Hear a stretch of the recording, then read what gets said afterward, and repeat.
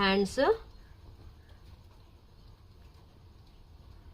ఇది ఖర్చు పెట్టమన్నారు కాబట్టి మనము ఇదంతా కూడా ఖర్చుకు సరిపోతుంది. ఇదిగోండి ఇలా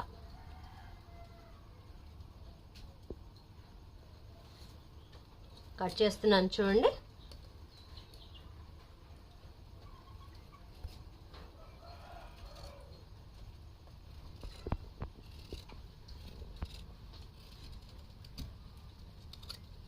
ఇదిగోండి హ్యాండ్స్ కట్ చేశాను కదా, చూస్తున్నారు కదా.